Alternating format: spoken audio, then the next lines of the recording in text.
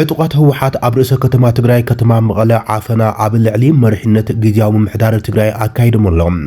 ሓላፊ ቤት ጽሕፈት ሴክሬታርያት ፕሬስ ቤት ጽሕፈት ፕሬዚደንት ጊዜያዊ ምምሕዳር ዶክተር ገብሩ ካሕሳይ ብዕጡቃት ህወሓት ተዓፊኑ ተወሲዱ። ፕሬዚደንት ትግራይ ተገይሩ ብህወሓት ዝተመረጸ ዶክተር ደብረጽዮን ገብረ ሚካኤል ኣብ ትግራይ ሓደገኛ ኣዋጅ ክፍርም ኣብ ናይ መወዳእታ ሰዓታት ከም ዝበጽሐ ተገሊጸሎም። ትግራይ ኣብ ትሕቲ ሙሉእ ቁጽጽር ህወሓት ንምእታው ዝሕግዝ እዩ ዝተባሃለ ኣዋጅ ካብ ምንጭታትና ዝተላኸልና ሓበሬታ ሒዝና ኣለና። ምንቅስቃስ ህወሓት ሓደጋ ጥፍኣት ትግራይ ዘቀላጥፍ ከም ዝኾነ ውድብ ሳልሳይ ወያነ ትግራይ ኣጠንቂቖሎም። ሓድነት ሓይልታት ፖለቲካ ትግራይ ብምጽዋዕ ነቶም ምንቅስቃሳት ህወሓት ደው ንምባል ብሓደ መንፈስ ቃልሲ ክካየድ ጻውዒት ተቕሪበሎም። ዋሽንግተንን አዲስ አበባን ኣብ ጉዳይ ቀይሕ ባሕሪ መኺረን ኢትዮጵያን ኣሜሪካን ድማ ስትራቴጂካዊ ስምምዕነት ምትሕብባር ተፈራሪመን ኣሎም። እዚ ንጽምዶ ሓደገኛ መርድ እዩ ዝተባሃለ ዜና ካብ ዋሽንግተን ዲሲ ሚኒስትር ጉዳያት ወጻኢ ኢትዮጵያ ዶክተር ጌዶን ጤማቴዎስ ምስ ኣሜሪካዊ መዘኑ ማርክ ሮቢዮ ተራኺቦም ኣብ ዝተፈላለዩ ሓበራዊ ስራሕቲ ምክልኻልን ጸጥታን መሰረት ብምግባር ዘትዮም ኣሎም። ዓለማዊ ኩነታት እናተቃየረ ይኸይድ ኣብ ዘለሉ እዋን ኣብ ትግራይ አንጸላልዩ ዘሎ ሓደጋታትን ኣጋጢሙ ዘሎ ውድቀት ፖለቲካዊ መሪሕነት መሰረት ብምግባር ድማ ዝሓዝናዮ እዋናዊ ትንታነ እውን ክንነግረኩም ኢና። እዚ ከምዚ ኢሉ እንከሎ ኣስመራ ብወገና ልኡኽ ኣሜሪካ ብምትንጋድ ሓበራዊ መድረክ ተኻይደሎም እዚ እውን ክነካፍለኩም ኢና። ሱዳን ኣብ ልዕሊ ኢትዮጵያ ዘቕረቦቶ ክስ ስዒቡ ሊግ ዓረብ ህጹጽ ዝተባሃለ ኣኼባ ኣካይደሎም። ፕሬዚደንት ፈረንሳይ ኢማኑኤል ማክሮን ሃገሩ ንኣፍሪቃ 23 ቢልዮን ዩሮ ኢንቨስትመንት መደብ ዕላዊ ገይረሎም። ካብ ትግራይ ሆራይዘን ዝኸብረ ሰላምታ ናብ ዘለኹም ይብጻሕኩም ንዞም ዘላለናኩም ቀንዲ ነጥብታትን ሓደሽቲ ምዕባለታትን ብዝርዝር ክንነግረኩም ኢና። ሰብስክራይብ ላይክ ሼር እናገበርኩም ዜናታትና ክሳብ መወዳእታ ተኸታተሎም።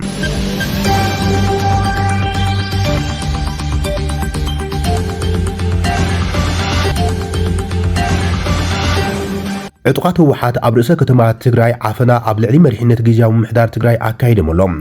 ሓላፊ ፕሬስ ሴክሬታርያት ቤት ጽሕፈት ፕሬዚደንት ትግራይ ዶክተር ገብሩ ካሕሳይ ብዕጡቃት ህወሓት ካብ ገዝኡ ተዓፊኑ። ሓላፊ ፕሬስ ሴክሬታርያት ቢሮ ፕሬዚደንት ጊዜያዊ ምምሕዳር ትግራይ ዝኾነ ዶክተር ገብሩ ካሕሳይ ኣማስዩ ትማሊ ብዕጡቃት ህወሓት ተዓፊኑ ከም ዝተወሰደን ንቤት ጽሕፈት ፕሬዚደንት ቅርበት ዘሎም ምንጭታት ዜና ትግራይ ሆራይዘን ገሊጾም። ዶክተር ገብሩ ካሕሳይ ኣብ ከተማ መቐለ ፍሉይ ሽሙ ዳያስፖራ ተባሂሉ ኣብ ዝርከብ መንበሪ ገዝኦም ዕጡቃት ህወሓት ኣትዮም ወሲዶም ኣለዉ ይብሉ እቶም ምንጭታት ትግራይ ሆራይዘን። ዶክተር ገብሩ ካሕሳይ ኣብ እዋን ጊዜያዊ ምምሕዳር ኣቶ ጌታቸው ረዳ ኣካይድ ስራሕ ኤፍኤም መቐለ ዝነበሩ ኮይኖም ጸኒሑ ምክትል ሓላፊ ቢሮ ኮሙኒኬሽን ንዝሓለፈ ሓደ ዓመትን ልዕሊኡን ድማ ሓላፊ ሴክሬታርያት ፕሬስ ቤት ጽሕፈት ፕሬዚደንት ኮይኖም እናሰርሐ ዝነበረ እዮም። ዕጡቃት ህወሓት ነቲ ሲቪል ኣመራርሓ ጊዜያዊ ምምሕዳር ዝኾነ ዶክተር ገብሩ ብዜናይ ቤት ፍርዲ ትእዛዝ ከም ዝወሰዱ ወይም ፍልፍላት ትግራይ ሆራይዘን ካብ ከተማ መቐለ ኣረጋጊጾም ዘሎም። ሓላፊ ሴክሬታርያት ፕሬስ ቤት ጽሕፈት ፕሬዚደንት ዶክተር ገብሩ ካሕሳይ ዕጡቃት ወሲዶም ዘሎም ንኣድሚን ማሕበራዊ መራኸቢታት ቤት ጽሕፈት ፕሬዚደንት ምምንጣል ዝዓለመ ክኸውን ከም ዝኽእልን ደጋፊ ጉጅለ ብሔራዊ ክሕደት ዝብሉ ወፍርታት እውን ብደገፍቲ ቤት ጽሕፈት ህወሓት ኣብ ማሕበራዊ መራኸቢታት እናተጻሓፉሉ እዮም ዝርከቡ። ህወሓት ንዶክተር ደብረጽዮን ገብረ ሚካኤል ናብቲ እዋንን ሕጋዊ መሰረት ዘይብሉን ዝተባሃለ ናይ ቅድሚ 6 ዓመታት ቤት ምክሪ ብምጽዋዕ ፕሬዚደንት ገይሩ ከም ዝሾመን ብዕጡቃት ተሓጊዞም ናብ ቤት ጽሕፈት ፕሬዚደንት ከኣቱ ከም ዝተገብረ ዝፍለጥ እዮም። ፕሬዚደንት ጊዜያዊ ምምሕዳር ታደሰ ወረደ ድማ ሓደገኛ ስጉምቲ ኢሉ ብምጽዋዕ ከም ዝከላኸሎ እዩ ተቃይሙ ነይሮም። ጀነራል ታደሰ ወረደ ኣብዚ ሕዚ እዋን እንታይ ይገብረሎ ኣበየሎ ዝርዝር ሓበሬታ የለን። እዚ ከምዚ ኢሉ እንከሎ ድማ ፕሬዚደንት ተገይሩ ብህወሓት ዝተመረጸ ዶክተር ደብረጽዮን ገብረ ሚካኤል ኣብ ትግራይ ሓደገኛ ኣዋጅ ክፍርም ኣብ ናይ መወዳእታ ሰዓታት ከም ዝበጽሐ ተገሊጾም። እቲ ቅድሚ 6 ዓመታት ድሮ ኩናትን ጳጉሜን 2012 ዓመት ምርስ ተኻይደ መረጻን ኩናት ዘሰዓበን በቲ ኩናትን ብስምምዕነት ፕሪቶሪያ ዝፈረሰን ኣብ መወዳእታ ድማ ዕድሚኡ ካብ ሕገ መንግስታዊ ገደብ ዝሓለፎ ብሓይልታት ፖለቲካ ትግራይ ሲቪልን ማሕበራት ዝተነጸገን ቤት ምክሪ ብምጽዋዕ ናብ ስልጣን ከም ዝተመለሰ ዝኣወጀ ህወሓት ንትግራይ ሙሉእ ብሙሉእ بحيل نمبركاخ يخليو استبهال عواج عداليوم نابه طريقيزو كم ز عدالوم نابه طريقيزو نفيرما كم ز عدالوم منجتاتنا غليصم زلوم نتي بوسانه منግስት ፌደራል ዕድሚኡ ዝተናውሐ ንመስርሕ ሰላም ብሕታዊ መተሓዝም ምስ መንግስት ፌደራል ዝኾነም ጊዜያዊ ምምሕዳር ብምፍራስ ዶክተር ደብረጽዮን ገብረ ሚካኤል ፕሬዚደንት ተገይሩ ተሸይሙ ናብ ቤት ጽሕፈት ፕሬዚደንት ትግራይ ኣትዮም። በዚ ድማ ዶክተር ደብረጽዮን ገብረ ሚካኤል ዝተሸመሉ መንገዲ ሕጋዊ ቅቡልነት ቅልውላው ኣብ ዘጋጥም ዘለዋን ዝኾነ ይኹን ተቃውሞ ወይ ድማ ተጻብኦ ምግባር ኣብ ትግራይ ንምእጋድ ህጹጽ ኣዋጅ እቶኦቶን ምእዋጅ ግዴታታት ወጽዮም ክእወጅ ተዳልዩ ከም ዘሎም ምንጭታት ዜና ትግራይ ሆራይዘን ካብ መቐለ ገሊጾምና ዘሎም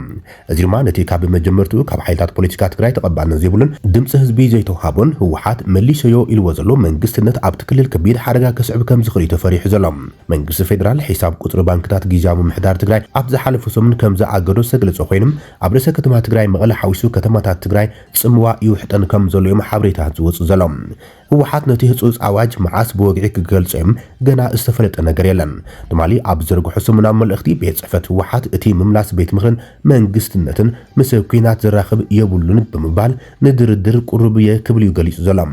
እዚ ምሕጽንታ ፖለቲካዊ ድርድር ህወሓት ኣብ ውሽጢ ትግራይ ምስ ዘለዉ ሓይልታት ፖለቲካ ትግራይ ዘይኮነም ምስ መንግስቲ ፌደራል ምዃኑ እዩ ዘመልክት ይኹን እምበር እዞም ዓበይቲ ምዕባለታት ኣብ ትግራይ እናተፈጠሩም ብወገን መንግስቲ ፌደራል ወግዓዊ ግብረ መልሲ ዛጊድ ኣይተዋሃበሉን ዘሎም ክልተ ግዜ ግን ነፈርቲ ውግእ ኢትዮጵያ ምዃነን ዝተገለጸ ኣጀታት ናብ ርእሰ ከተማ ትግራይ መቐለ ተመላሊሰን ሻቅሎት ፈጢረን ከም ዝነበራ ዝዝከር እዮም ምንቅስቃስ ህወሓት ሓደጋ ጥፍኣት ትግራይ ዘቀላጥፍ ከም ዝኾነ ውድብ ሳልሳይ ወያነ ትግራይ አጠንቂቆም ሳልሳይ ወያነ ትግራይ ኣብ ዘርግሖ ሓድሽ መግለጺ ኣብ ትግራይ ዝተረፉም ናይ ተቃውሞ ድምጽታት ንምጥፋእ ዘንቀለም ሓይሊ ህወሓት ሓደገኛ ምንቅስቃሳት ይገብረሉ ኢሎም ህዝቢ ትግራይ ስልጣን ናይ መወዳእታ ሸቱ ብዝገበረን ዘይረዊ ህንፉፍ ናይ ስልጣን ሸውሃትን ንምምላእ ብዝተግህም ዘሎ ሓይሊም ጅሆተ ተሓይዙ ኢሳኢ ከም ዘሎም ዘገለጸ ሳወት እዚ ሓይሊ ንሕጋዊ ፖለቲካውን ሞራላውን መዳይቦታት ስልጣን ረጋጊጹም ኣብ እንግዳዕ ህዝብና ተኾይጠሎ ኢሎም እዚ ኸይዲ ህዝብና ዘኽዓቦ ማሕበረሰብ ዓለም ዝነጸጎን ፖለቲካውን ሓይልታት ትግራይ ድማ ዝተቃውሞን ተግባርን ከይድን ዋላ እንተኾነም ብሓይሊ መልጢ ስልጣን ዝጨበጠ እዚ ሓይሊም ዘይሕጋውን ዘይሞራላውን ተግባራቱም ኣጠናኺሩ ቀጽኢሉሎ ብምባል ከይሰሎም ኣካል እዚ ሕጋዊ ተግባራት ድማ ህልውና ብዘይብሉ ቤት ምኽሪ ዝተፈላለዩ ውሳነታት ተሕሊፉን ፕሬዚደንት መሪጹን እዩ ዝበለ ሳወት ቀጻሊ ዕማም እዚ ብጉልበት ስልጣን ዝተቆጻጸረ ሓይል ድማ ኣብ ትግራይ ዝተረፉ ናይ ተቃውሞ ድምጽታት ምጥፋእ ምዃኖም ምርዳእ ክኢልና ኣለና ኢሎም ንኢስንያን ተበልኩስ ተቆርሚምኒ ከም ዝበሃል ቀድሙን እንትኾነም መማረጽ ሓሳብ ንዘሎም ውዳበታት ውልቀ ሰባትን ዘወሳውስ ባይታ ዝኸልከለ ሓይሊም ሕዚ ድማ ብዝባእሰ ፖለቲካ ምህዳር ትግራይ ሙሉእ ንሙሉእ ልኩ ተቢሉ ክዓጽዎ ከም ዝኾነን እዚ ግን ናይ ተግባር ብርኪት ቃልዓነትን ሓደጋታትን ትግራይ ብምግዳድ ከይዲ ጥፍኣት ትግራይ ዘቀላጥፍ ምዃኖም ልቢ ክበሃልሉ ይግባእ ክብል ተሓሳሲቡሉ ሳወት ሳልሳይ ወያነ ትግራይ መዋጽኦ ትግራይ ኣብ ኢድ ንብሔራዊ ህላውን ረባሓታትን ዝራጋርግ ህዝቢ ትግራይ ብሓፈሻም ህልውናን ረባሓን ትግራይ ንምርግጋጽ ዝረባረቡ ብሔራውያን ውዳበታትን ኣካላትን ድማ ብፍላይ ዝተደረኸ ምዃኑ ከም ዝኣምን ስለዝኾነ ድማ ብሔራውያን ሓይልታት ትግራይ ዓድናን ህዝብናን ተደጊስሎም ካብ ዘሎ ሓደጋ ጥፍኣት ምድሓን ሓላፍነት ወሲድካ ምስራሕ ዝጠልበሉም ፍሉይ ኩነታት ከም ዝተፈጠረ ብምእማን ኣብ ምድሓን ህዝብና ዓድናን ክንሰምር ይግባእ ክብል እዮም ሳልሳይ ወያነ ትግራይ ጻውዒት ተቕሪቦም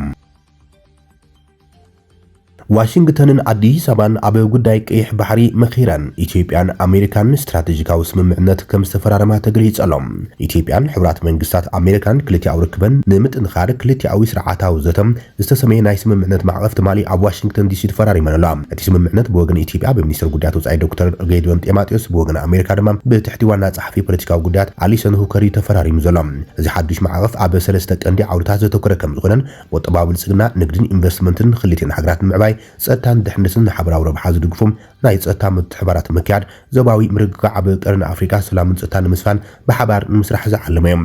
እቲ ስምምዕነት ኣብ መንጎ ክልቲአን ሃገራት ዘሎ ዲፕሎማስያዊ ርክብ ናብ ዝለዓለ ብርኪ ንምስግጋርን ኣብ ዞባዊ ጉዳያትን ዘለውን ሓበራዊ ምትሕባርን ምስፋሕን ዓብዪ ግደ ከም ዝህልዎ እዩ ዝግለጽ ዘሎ ብተመሳሳሊ ዜና ሚኒስትር ጉዳያት ወጻኢ ኢትዮጵያ ጌዲዮን ጢሞቴዎስን ምስ ዋና ጸሓፊ ሕብራት መንግስታት ኣሜሪካ ማርኮ ሩቢዮ ብምርኻብ ነቲ ነዊሕ እዋን ዘቆፀረ ክልቲኣዊ ርክባት ኢትዮጵያን ኣሜሪካን ምጥንኻር ኣብ ሓበራዊ ረብሓ ዘሎም ጉዳያት ተዘራሪቦም ኣሎም ክልቲኦም ወገናት በቲ ዘሎ ድልዱል መሰረት ተደሪኾም ዝያዳ ሓበራዊ ርክባቶም ንምዕባይ ተሰማሚዖም ኣሎም ኢትዮጵያን ኣሜሪካን ክልቲኣዊ ምምኻር ምክያድን ድማ ብዙሓት ትኹረት ስሒቦሎም ፍሉይ ልኡኽ ፕሬዚደንት ዶናልድ ትራምፕ ኣብ ጉዳያት ኣፍሪካን ዓረብን ማሳድ ብሎስ ኣብ ዋሽንግተን ዲሲ ዝተኻየደ ክልቲኣዊ ዝርብ ስዒቦም መብርሂ ይብሉ ኣሎም ብሚኒስትር ጉዳያት ወጻኢ ዶክተር ጌዲዮን ጢሞቴዎስ ዝምራሕ ልኡኽ ኢትዮጵያን ኣሜሪካን ክልቲኣዊ ቅርጻዊ ኣፍራይ ሰፊሕን ኣኼባታት ከም ዘካየዱ ዝገለጸ ብሎስ ብዛዕባ ሩባ ዓባይን ዓብዪ ግድብ ሕዳሴ ኢትዮጵያን ሃናጺ ዝርብ ኣካይድና ኣለና ኢሎም ተወሳኺ ኣብ ሱዳን ሰብኣዊ ዕርቂ ንምምችቻው ነባር ሰላም ንምርግጋጽ ዝግበር ዘሎ እግራዊ ህጻርታት ከምኡውን ንጸጥታ ዞባ ቀይሕ ባሕሪ ሓዊሱ ዞባዊ ምርግጋዕ ንምድንፋዕ ዘለና ሓበራዊ ተወፋይነት ኣበጋጊስና ኣለና ኢሎም ኣብ ክልቲያዊ ቁጠባዊ ንግዳውን ጉዳያት ንምዝታይውን ኣገዳሲ ዕድል ከም ዝነበረን እንተላይ ኣብ ምድንፋዕ ወፍሪ ኣሜሪካ ኣብ ኢትዮጵያውን ተመኻኺርና ኣለና ክብል ገሊጹ እቲ ኣሜሪካዊ ዲፕሎማት ተንታኒ ጉዳያት ፖለቲካ ዝኾነ ኣሉላ ሰሎሞን ኣብዚ ጉዳይ መሰረት ብምግባር ኣብ ዘርግሖ ትንታነ ነገራት ቅድሚ ትግራይ ጆኖሳይድ ናብ ዝነበርዎ ምናልባት እውን ናብ 2010 ዓመተ ምህረት ዓይነት ዝነበረ ኩነታት እዮም ዝመላለሱ ዘለው ኢሎም ዓለማዊ ኩነታትን ዞባዊ ኩነታትን መሰረት ብምግባር ኣብ ዝሃበ ርእይቶም ምስ ወገንፂ ኣሜሪካ እስራኤልን ኣንጻር ኢራን ከምኡን ንዑ ስዒቡ ዝመፀ ወሽመጥ ሆርሙዝ ናብ ዘይተኣማምን መስመር ንግዲ ምቕያር ተዛሚዱ ኣድላይነት ኣማራፂ መስመርን ሓለዋ ድሕነት ቀይሕ ባሕርን ክዛይድ ገይርዎ ይብል ምዚ ተዛሚዱ ኣብ የመን ዳግማይ ሓበራዊ ወፍሪ ዘይተርፍ ኮይኑ ይርከብ ዝበለ ኣሉላ በዚ ምክንያት ድማ እተን ብዞባዊ ገጽታትን ኣሰላልፋን ዝተፈላለዩ ጸንሐም ናይ ኣሜሪካ መሓዙ ዞባዊ ማእኸላይ ሓይልታት ሪጂናል ሚድል ፓወርስ ብቐንዱ ኤማራትስን ስዑድ ዓረብን ናብ ሓደ ክምጻእ ዝግደዳሉ ኩነታት ተፈጢሩ ከም ዘሎ ይገልጽ እዚ ማለት ኣብ ትሕቲን ዝተሰለፉ ሓይልታትን ከምኡም ድሮውን ገሊኦም ክራኸቡ ከም ዝጀመሩ ተንታኒ ፖለቲካ ኣላ ሰሎሞን ይገልጽ ኩነታት ትግራይ መሰረት ገይሩ ኣብ ዝሃበ ርእይቶ ድማ ዓለም ለኻውን ዞባውን ኩነታት ናብ ቅድሚ ትግራይ ጆኖሳይድ ዝነበረ ኩነታት ይቕየሩ እኳ እንተሎም ቁመና ትግራይ ግን ብስንኪ ናይ ውሽጢ ውድቀትን ፖለቲካን ስእነት ብቑዕ መሪሕነትን ነቲ ዝመጽእ ዘሎ ከቢድ ዊንተር ኣይተዳለውትን ጥራይ ዘይኮነ ከም ቅድሚ ትግራይ ጆኖሳይድ ዝነበረ ዓቕሚ ሓድነትን የብላን ሓድነት ተዘሪጉ ዓቕሚ ተበቲኑ ሃፍቲ ተሓንሽሹ ይብል ካብዚ ተወሳኺ ኣንጻር ትግራይ ብሓባር ተሰሊፎም ዝነበሩ ናይ ጆኖሳይድ ሓይልታትን በቲኑ ዝነበረ ስምምዕነት ፕሪቶሪያ ሕዚ ከም ዘለን ሙሉእ ብሙሉእ ተቐቢሩ ከም ዝኾነ እዩ ተንታኒ ኣሉላ ገሊጾም እቶም ኣብ ትግራይ ጆኖሳይድ ዝተሳተፉ ሓይልታት ብቐንዱም ሻዕብያን መንግስቲ ፌደራል ብስንኪ ዝፈጸሙ ገበናት ብዘካየድናዮ ሓያል ዲፕሎማስያዊ ተጋድሎና ኣብ ልዕሊኦም ተነቢሩ ዝነበረ ማዕቐብ ሕዚ ሓደ ብሓደ ይስረ ዘሎመሎም ኣብዚ ኸይዲ ሕብረት ኣውሮፓን ኣሜሪካን ኣብ ምስታፍ ከም ዘለውን ድሮ ድማ በቲ ናይ 2010 ዓመተ ምህረት ብዝመስል ሻዕብያን ብልጽግናን ርክቦም ክሕድሱም ጻዓርታት ተጀማሚሮም ይርከቡ ክብል ተዛሪቦሎም ካልእ ኣብዚ ክገልጾም ዘይደልዮም ዝተጀመሩ መሰከፍቲ ነገራት እውን ኣለው እዮም ክብል እዮም ትግራዋይ ተንታኒ ፖለቲካ ኣሉላ ሰሎሞን ካብ ዋሽንግተን ዲሲ ጽሒፉ ዘሎም እዚ ከምዚሉ እንከሎ ድማ ኣስመራ ብወገና ልኡኽ ኣሜሪካ ብምቕባል ሓበራዊ መድረኽ ኣካይዳላ ብምኽንያት መበል 250 መዓልቲ ቅንያት ሓርነት ወይ ድማ ነጽነት ሕብራት መንግስታት ኣሜሪካ ሚኒስትር ጉዳያት ወጻኢ ዑስማን ሳልሕን ፈጻሚ ጉዳያት ክርስቲያን ሜየርን ኣብ ቀጽሪ ኤምባሲ ሕብራት መንግስታት ኣሜሪካ ኣብ ኣስመራ ብሓባር ሕብስ ተቆሪሶምሎም እዚ ድማ እቲ ኣስመራ መበገሲኡ ገይሩ ንመቐለ ዝለከመ ጽምዶ ዝብል ኣዘራራቢ ምትሕባር ህወሓትን ሻዕብያን ድማ ሓደጋ ከም ዘንጻላለዎ ዘመልክት ከም ዝኾነ እዮም ተዓዘብቲ ዝገልጹ ዘሎም በአንጻሩ መንግስታት ኢትዮጵያን ኤርትራን ዳግም ናብ ሓበራዊ ስምምዕነት ሰላም ንምምጻም ዋሽንግተን ተበግሶ ወሲዳ ኣብ ጽዑቕ ምንቅስቃስ ከም ዘላ ዝግለጽ ዘሎ ኮይኖም እዚ ድማ ብርግጽ ነቶም ጽምዶ ኣሚኖም ንዘይተደለየ ዞባዊ ወጥርታት ፈጢሮም ዝጸንሑ ሓይልታትን ከቢድ መርድእ ከም ዝኾነ ዘመልክት ዜና እዩ ተሰሚዑ ዘሎ ሱዳን ኣብ ልዕሊ ኢትዮጵያ ዘቕረበቶ ክሲ ብዝምልከት ሊግ ዓረብ ህጹጽ ኣኼባ ኣካይደሎ ሊግ ዓረብ ኣብ ካይሮ ህጹጽ ኣኼባ ጸዊዖም ቅረባዋን ምስኩናት ሕልሒ ሱዳን ዝተኣሰሩ ዞባዊ ወጥሪ ብቕልጡፍና ወስኸብ ዝኸደሉ ዘለዋን ኣዲስ ኣበባ ኣብ መሬት ሱዳን እንተላይ እግራዊ ምዕርፎ ነፈርቲ ካርቱም ኢላማ ዝገበረ መጥቃዕቲ ሰብዓ ኣልቦ ነፈርቲ ተሳቲፋ ዝብል ክሲ ካርቱም ስዒብ እዩ ዝካየድ ዘሎ እቲ ህጹጽ ኣኼባ ቆምቲ ወከልቲ ብባህሪናዊ ዲፕሎማት ፈውዝያን ቢንት ዓብደላ ዛይናል ከም ሓላፊት መበል 165 ኣኼባ ቤት ምክሪ ሊግ ብምዃኑ ተመሪሖም እቲ ኣኼባ ካርቱም ንሃገር ኢላማ ዝገበረ መጥቃዕቲ ኢትዮጵያ ኢላ ዝገለጸቶ ሕቶም ሕብራት ኤምሬትስ ዓረብ ከይጠቐሰም ሱዳን ብዘቕረበቶ ሕቶ ከም ዝጸውዕ ይግለጽ ኣምባሳደር ሱዳን ኣብ ካይሮን ወኪል ሊግ ዓረብ ኤማድ ዓዳዊ ኣብቲ ኣኼባ ኣብ ዝሃቦ መግለጺ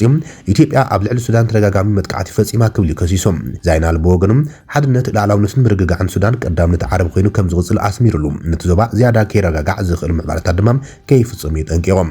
ኣብ ሱዳን መዕርፎ ነፈርቲ ካርቱም ካልኦት ስትራቴጂካዊ ቦታታትን ዘጋጥመም ማዕበላዊ መጥቃዕቲ ሰብዓ ኣልቦ ነፈርቲ ስዒቦም ካብ ኢትዮጵያ ኣምባሳደራ ንምምኻር ድሕሪ ምጽዋዕ ድሕሪ ዒደት መዓልታት እዩ ተኣኺባት ዝካየድ ዘሎ ኢትዮጵያ ነቲ ክሲ ብትር ዝነጸገቶ ኮይና ሚኒስትሪ ጉዳያት ወጻኢ ኢትዮጵያ ኣብ ዘርግሖ መግለጺ ነቲ ክሲ ሱዳን መሰረት ዘይብሉ ኢሉ ብምግላጽ ካብዚ ብተጸራሪ ሱዳን ንዕጡቓት ህወሓት ብምድጋፍ ኣንጻር ኢትዮጵያ ትንቀሳቐሰላ ብምባል እዩ ብትሪ ከሲሱ ተገልቢጡ ኣዲስ ኣበባ ድማ ብስንኪ ኣብ መንጎ ክልቲና ሃገራት ዘሎ ታሪኻውን ነባርን ምትእሳርን ሕውነትን ኣብ ሱዳን ዝላቒ ምርግጋዕን ሰላምን ትነጥፍ ከም ዘላን ነዚ ዝሃሱ ዝኾነ ይኹን ምንቅስቓስ ካብ ምግባር ተዓቂባ ከም ጸንሐት እያ ገሊጻ ሕብራት ኢማራት ዓረብ እውን ክሲ ሱዳን ክትነጽጎን ከላም ስዑድ ዓረብ ድማ ጎረባብቲ ሃገራት ሱዳን ላዕላውነታ ክኽብራን ግዛኣተን ንመጥቃዕቲ ክውዕል ካብ ምፍቃድ ክቁጠባን እያ ጸዊዓ ውግእ ሰብዓ ኣልቦ ነፈርቲ ድማ ቀንዲ ስሕበት ናይቲ ግጭት እናኾነ ዝመጽእ ዘሎ ኮይኑ ኣብ ዝቐረበ እዋን ውድብ ሕብራት ሃገራት ኣብዚ ዓመት ኣብ ሱዳን ዝበዝሖም ሞት ሲቪላት ዝኾና ዕጡቓት ሰብዓ ኣልቦ ነፈርቲ ብምዃን ኣጠንቂቖም